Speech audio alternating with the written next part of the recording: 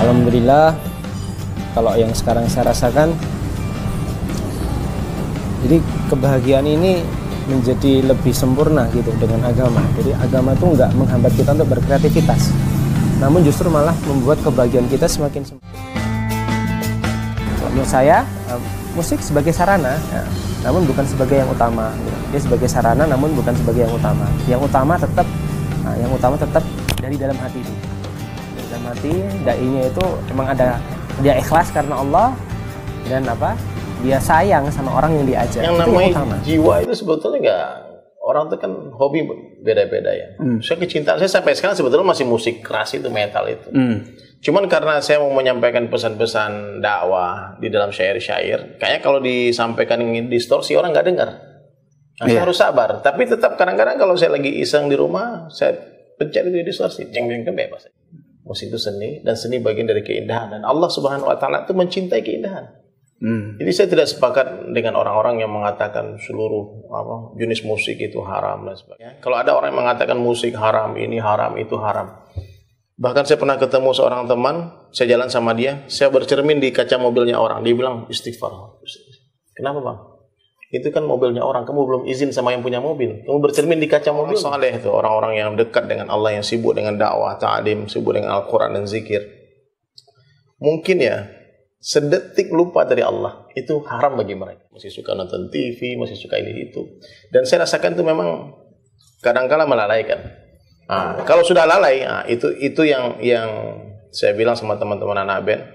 Kalau waktu azan berkumandang kamu masih main musik itu ya. Jalla Jalaluh, yang dia memberikan bimbingannya kepada kita, dia memberikan taufiknya kepada kita sehingga kita berada di atas kebenaran ini, berada di atas petunjuknya. Dan kalau bukan karena petunjuk Allah, nggak mungkin saya berada di tempat ini. Semua peraturan yang dibuat oleh Allah SWT pasti ada hikmahnya. 5 tahun anak sekolah di pesantren, kita dididik untuk mencintai musik. Dididik untuk mencintai musik. Bahkan kita tiap pekan ada acara marawish ya, sambil joget-joget. Kita diajari main trompet, main macem-macem. Karena ketika itu buat kita musik itu halal. Bahkan kiai kita di pondok itu jangan ditanya, kelasnya kelas nasional tuh, hebat. Bahkan nama beliau harum tertulis di buku-buku sejarah. Dan di pesantren kita punya klub drum band paling terkenal. Bahkan pernah main di istana. Klub itu.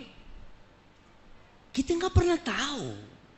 Buat kita musikal pas 5 tahun di pesantren terjadi keributan. Keributan itu terjadi, ada ustadz-ustadz yang ngomong musik haram. Akhirnya terjadi dialog antara dua pesantren.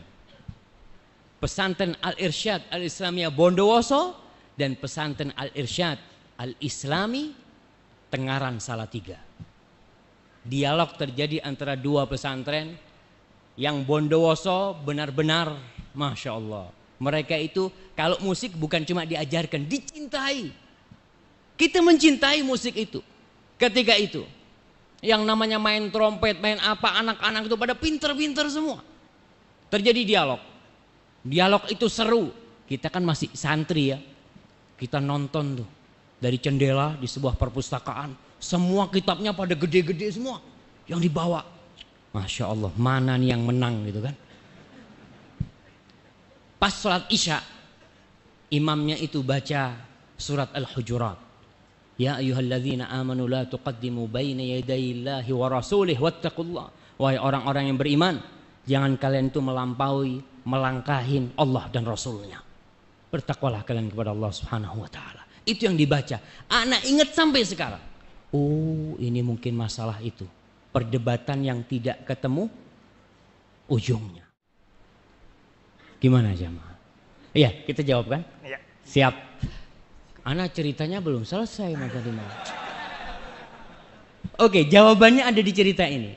Selesai mereka debat, ternyata di pesantren kita itu ada beberapa teman dari Al-Irsyad sana yang pindah. Yang dia kenceng. Kita punya guru-guru yang mengabdi dari Al-Irsyad itu, pesantren kita, benar-benar mereka memusuhin namanya musik gitu. Maka terjadi ada bentrok di dalam pesantren itu sendiri antara kubu yang menghalalkan dan yang mengharamkan. Ana ditanya, ketika itu Ana ingat Ana sebagai ya ketua OSIS-nya lah di pesantren. Kita tiap sore di pesantren itu tiap sore mesti nyetel musik. Tapi sama gurunya nggak boleh ada syairnya. Jadi instrumen ya. Instrumen aja disetel. Kita main bola, olahraga apa itu disetel. Suatu saat ketika Ana nyetel datang teman dari pesantren sana. Dia ngomong, "Fik, menurut ente musik itu apa hukumnya?" Ana ngomong, ada dua pendapat. Yang satu mengatakan haram dan satu menyatakan halal. Dan Ana milih yang halal. Kita namanya anak-anak waktu itu. Kita yang penting, oh ini kan berarti khilaf boleh lah. Orang semua punya kitabnya gede-gede gitu kan. Sama tuh kitabnya. Berarti boleh. Ana katakan sama dia. Ana nggak ngerti masalah hukum pada waktu itu. Bahkan kita sudah mendarah daging walaupun kita nggak jadi musisi ya. Belum kita waktu itu. Karena kita mau jadi ustadz. Cuma ustadz yang suka musik. Dididik seperti itu. Sudah berlalu kejadian itu. Tetap. Namun seorang muslim kan dituntut untuk belajar. Untuk mengkaji. Apa benar seremeh itu kita boleh memilih. Setiap ada perselisihan kita boleh memilih. Ada khilaf nih di antara para ulama, ente milih yang mana? Ya ana milih yang enak lah. Apa boleh seperti itu? Atau kita sebagai seorang hamba harus hati-hati. Ternyata tidak semua khilaf. Laisa kullu khilafin mu'tabar illa khilafun fihi hadzun minan nawar. Tidak semua perselisihan itu bisa diterima kecuali khilaf yang memang ada ruang untuk beda pendapat di situ. Apakah musik ini termasuk yang ada ruang untuk khilaf pendapat? Itulah yang kemudian Ana mengkajinya. Ana belajar. Karena kita di pesantren, kita dididik untuk bisa baca kitab.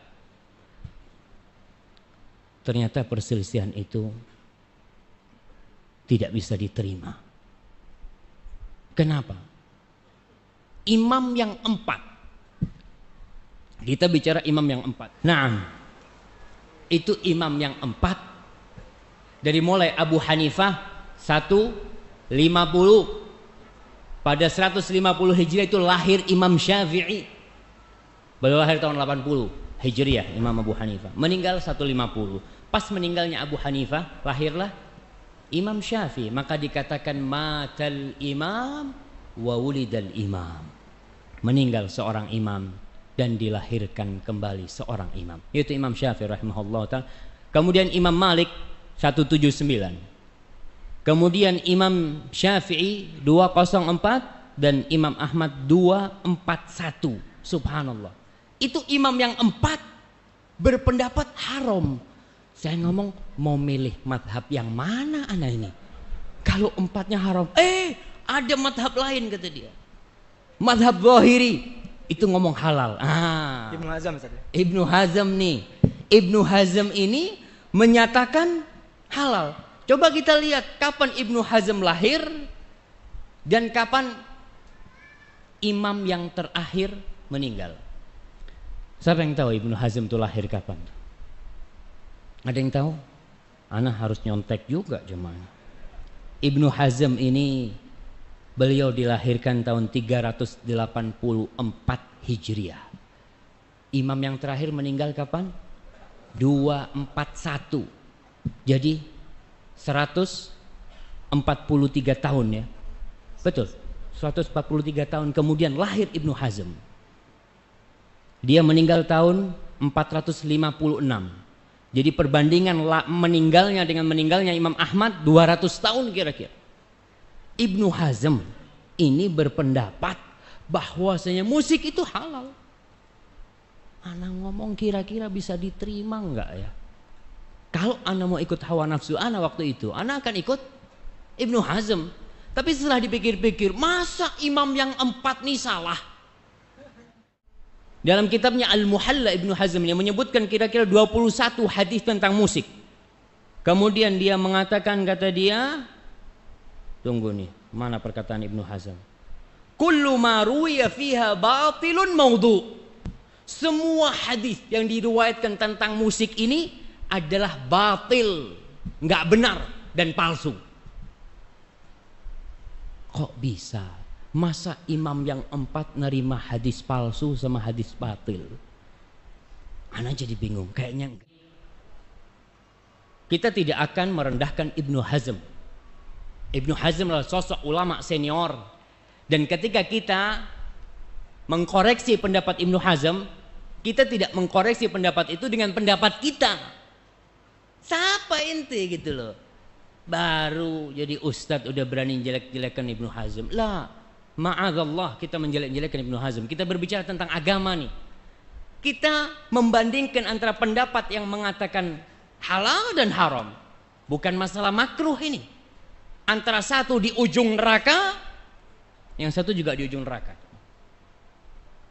Yang mengatakan haram berarti dia, ya sudah, yang melakukannya bisa masuk neraka. Yang mengatakan halal, kalau ternyata dia menghalalkan yang haram, maka dia juga berbahaya urusannya ketika menghalalkan yang haram. Ya, umpamanya Syekh Yusuf Qardawi, Abu Zahra, ulama Mesir, kemudian Muhammad Al-Ghazali, ulama Mesir, yang di buku-buku mereka menyebutkan bahwasanya musik itu halal selama tidak membuat orang itu lalai gitu ya. Itu halal. Siapa imam mereka? Ibnu Hazm. Jadi pokoknya ini di Ibnu Hazm. Kalau kita bisa mengkaji pendapatnya Ibnu Hazm, selesai semua. Albani mengatakan hadis dhaif kalau semuanya dhaif, kalau banyak itu bisa jadi hasan. Ikako, ide, oleh Syahruddin El Fikri, Nidia Zuraya. Para ulama berbeda pendapat tentang boleh tidaknya umat bermain musik dan mendengarkannya. Banyak orang meyakini bahwa musik bisa membangun kesadaran masyarakat atas kondisi sosial yang terjadi di sekitarnya. Lalu, bagaimanakah Islam memandang musik itu sendiri dalam kaitannya dengan pembangunan sosial dan budaya suatu masyarakat? Dalam Islam ada 2 pandangan terhadap musik. Ada ulama yang membolehkan dan ada pula yang melarangnya. Perbedaan ini muncul lantaran Al-Quran tak membolehkan dan melarangnya. Namun demikian, terjadi perbedaan pandangan para ulama tentang boleh atau tidaknya bermain musik, termasuk mendengarkannya. Imam Syaukani dalam kitabnya Nailul Autar menyatakan, para ulama berselisih pendapat tentang hukum menyanyi dan alat musik. Menurut jumhur ulama, hukumnya haram. Sedangkan, mazhab Al-Madinah, Az-Zahiriyah, dan Jamaah Sufiyah memperbolehkannya. Abu Mansur Al-Baghdadi, dari mazhab Syafi'i, menyatakan, Abdullah bin Ja'far berpendapat bahwa menyanyi dan musik itu tidak menjadi masalah. Bahkan, dia sendiri pernah menciptakan sebuah lagu untuk dinyanyikan para pelayan, budak, wanita, jawari, dengan alat musik, seperti rebab. Peristiwa ini terjadi di masa Khalifah Ali bin Abi Thalib Ra. Abdurrahman Al-Jaziri dalam kitabnya Al-Fiqh, Al-Mazahib Al-Arba'ah menyatakan, Al-Ghazali berkata, Nas-nas syarak telah menunjukkan bahwa menyanyi, menari, dan memukul rebana sambil bermain perisai dan senjata dalam perang pada hari raya adalah mubah. Sebab, hari seperti itu adalah hari bergembira. Mengutip perkataan Imam Syafi'i yang mengatakan, sepanjang pengetahuannya, tidak ada seorang pun dari ulama Hijaz yang benci mendengarkan nyanyian atau suara alat-alat musik, kecuali bila di dalamnya mengandung hal-hal yang dilarang oleh syarak. Ulama mazhab Hambali menyatakan, tidak halal menggunakan alat musik, seperti seruling, gambus, dan gendang, baik dalam acara seperti pesta pernikahan maupun acara lainnya. Menurut pendapat ini, walaupun acara walimahan, apabila di dalamnya ada alat musik, seseorang tidak wajib untuk memenuhi undangan tersebut. Para ulama Hanafiyah menyatakan, nyanyian yang diharamkan adalah nyanyian yang mengandung kata-kata tidak baik, tidak sopan, porno, dan sejenisnya. Sedangkan, yang dibolehkan adalah yang memuji keindahan bunga, air terjun, gunung, pemandangan alam, dan memuji kebesaran Allah SWT. Ulama terkemuka Dr. Yusuf Al-Qardawi dalam bukunya, Al-Halal wal Haram fil Islam, memperbolehkan musik dengan sejumlah syarat. Syekh Muhammad Nashiruddin Al-Albani melarang umat Islam untuk bermusik. Ia mendasarkannya pada salah satu hadis yang diriwayatkan Imam Bukhari. Akan ada dari umatku sebagai kaum yang menghalalkan zina, memakai sutra, minuman keras, dan alat-alat musik. Musik sebagai pemersatu. Sebenarnya, sejumlah ritual keagamaan yang dijalankan umat Islam mengandung musikalitas. Salah satu contohnya adalah alunan azan. Selain itu, ilmu membaca Al-Quran atau ilmu qiraah juga mengandung musik. Secara umum, umat Islam memperbolehkan musik. Bahkan, di era kejayaannya, umat Islam mampu mencapai kemajuan dalam bidang seni musik. Beberapa ulama di tanah air menilai, musik memiliki peranan baik jika ditinjau dari segi kehidupan sosial masyarakat ataupun kehidupan beragama. Dalam pandangan Prof. Kiai Haji Didin Hafiduddin, kesenian termasuk seni musik merupakan kebutuhan yang sesuai dengan fitrah manusia. Islam itu adalah agama yang menghargai fitrah manusia. Karena itu, sah untuk dikembangkan. Melalui musik, menurut Didin, manusia dari berbagai tempat serta dengan latar belakang budaya dan bahasa yang berbeda bisa dipertemukan. Selain itu, melalui musik, kepekaan sosial dan rasa tanggung jawab yang dimiliki seseorang bisa diasah. Orang saling mengenal satu sama lain, di samping juga semakin mengenal siapa dirinya, ujar Kiai Haji Didin. Dalam konteks ajaran Islam, lanjut Didin, sebuah karya musik haruslah bertujuan untuk mendekatkan diri seorang manusia kepada Sang Pencipta Allah SWT. Namun, yang terjadi sekarang, sambungnya, banyak karya musik yang dihasilkan hanya mengusung tema pemujaan kepada lawan jenis dan kebebasan yang tidak bertanggung jawab. Ia menilai, paradigma musik saat ini dekat dengan hal yang bersifat hura-hura dan urakan. Dan, itu semua, menurutnya, sudah melekat pada diri para musisi dalam negeri. Padahal, ide-ide gagasan tersebut ditularkan kepada masyarakat pendengar. Karena itu, tidak jarang karya musik itu justru menimbulkan kematian dan anarki, paparnya. Karya musik, ungkap Kiai Haji Mahmud Ali Zain, selain menjadi sebuah budaya, juga menjadi alat penghibur dan alat untuk berkomunikasi. Karena itu, kata dia, kedudukan musik berbeda-beda. Ada yang menyatakan itu barang yang mubah, tetapi ada juga yang memandangnya sebagai sebuah barang yang diharamkan, tidak boleh. Namun, dalam pandangan Islam, menurut Mahmud, sebuah karya musik paling tidak harus memenuhi dua persyaratan, yakni memiliki unsur religi dari sisi lagu dan religi dari sisi pihak yang mengusung lagu tersebut. Dari sisi lagu, harus mengarah kepada pujian kepada Allah SWT. Sementara itu, orang yang membawakan lagu tersebut harus mengenakan pakaian yang sopan dan tidak membuka aurat. Karena, dalam kacamata Islam, sebuah karya musik jangan sampai menarik pendengarnya kepada kemaksiatan dan perbuatan dosa. Tetapi, harus bisa menyebabkan orang bertambah takwa, seperti musik yang diusung oleh grup musik, bimbo, senada, dan lainnya, urainya. Musik sebagai alat terapi dan pengobatan. Seni musik yang berkembang begitu pesat di era kejayaan Islam tak hanya sekadar mengandung unsur hiburan. Para musisi Islam legendaris, seperti Abu Yusuf Yakub Ibnu Ishaq Al-Kindi, 801-873 m, dan Al-Farabi, 872-950 m, telah menjadikan musik sebagai alat pengobatan atau terapi.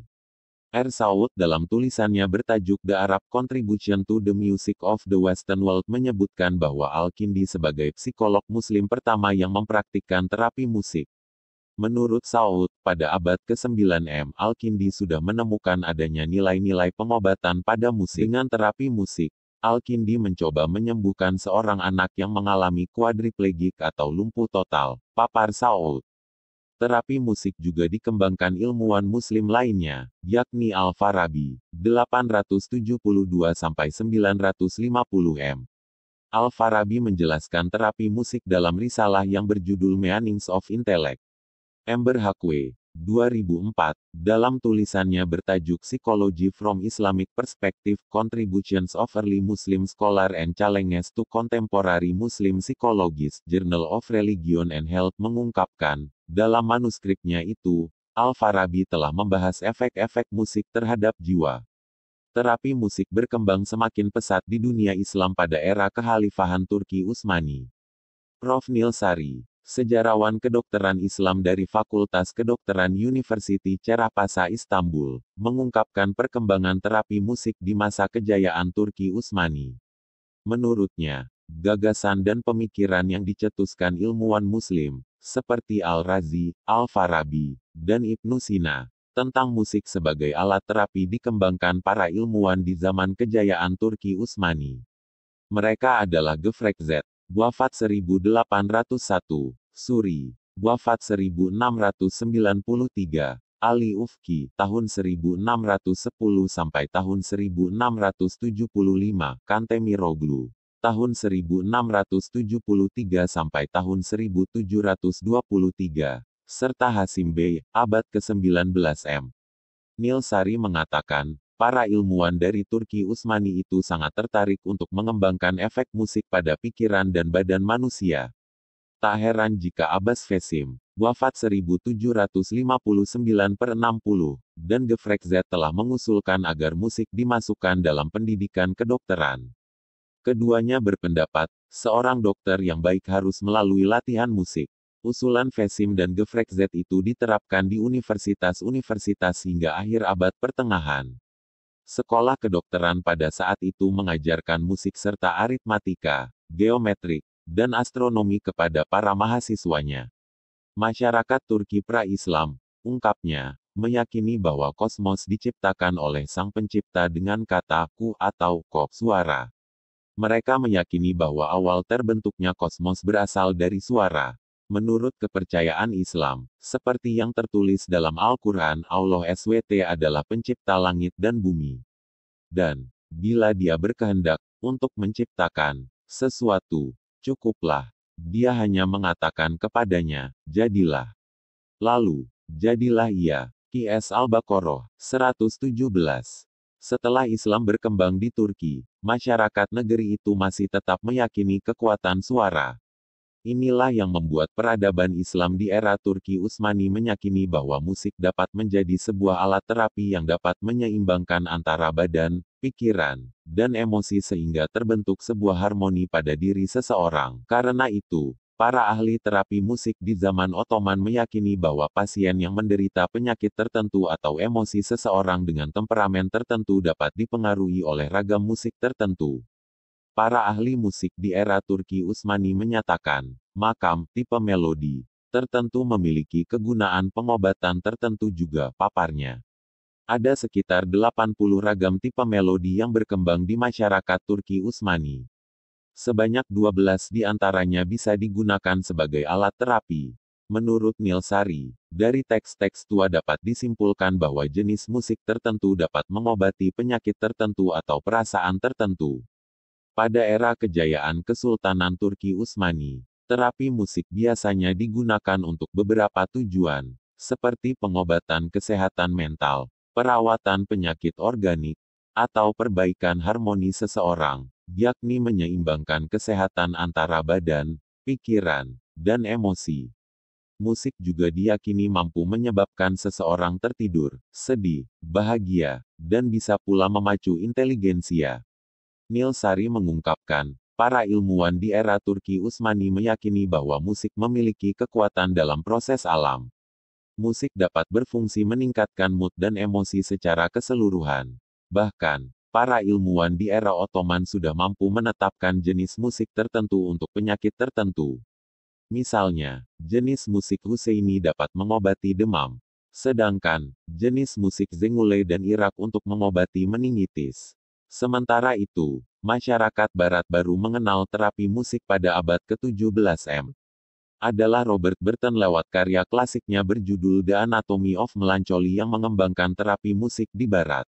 Menurut Burton, musik dan menari dapat menyembuhkan sakit jiwa, khususnya melankolia. Malah, masyarakat Amerika Serikat, AS, baru mengenal terapi musik sekitar 1944. Pada saat itu, Michigan State University membuka program sarjana terapi musik. Sejak 1998, di Amerika telah berdiri The American Music Therapy Association, AMTA. Organisasi ini merupakan gabungan dari National Association for Music Therapy, NAMT, yang berdiri tahun 1950 dan The American Association for Music Therapy, AAMT, yang berdiri tahun 1971. Kasidah gambus dan rebana, unsur budaya Indonesia yang banyak mendapatkan pengaruh dari budaya Arab adalah seni, terutama seni tari dan seni musik tradisional. Tidak sulit untuk mengetahui jenis-jenis musik apa saja yang dipengaruhi oleh musik Arab. Melalui teknologi informasi atau museum, kita dapat mengenali persamaan bentuk musik di Jazirah Arab dan di negeri ini. Gambus adalah salah satunya. Gambus berkembang pesat di beberapa kawasan Melayu, seperti Indonesia, Brunei Darussalam, dan Malaysia. Hingga kini, musik ini masih banyak dimainkan meskipun secara kuantitas tidak seramai dahulu.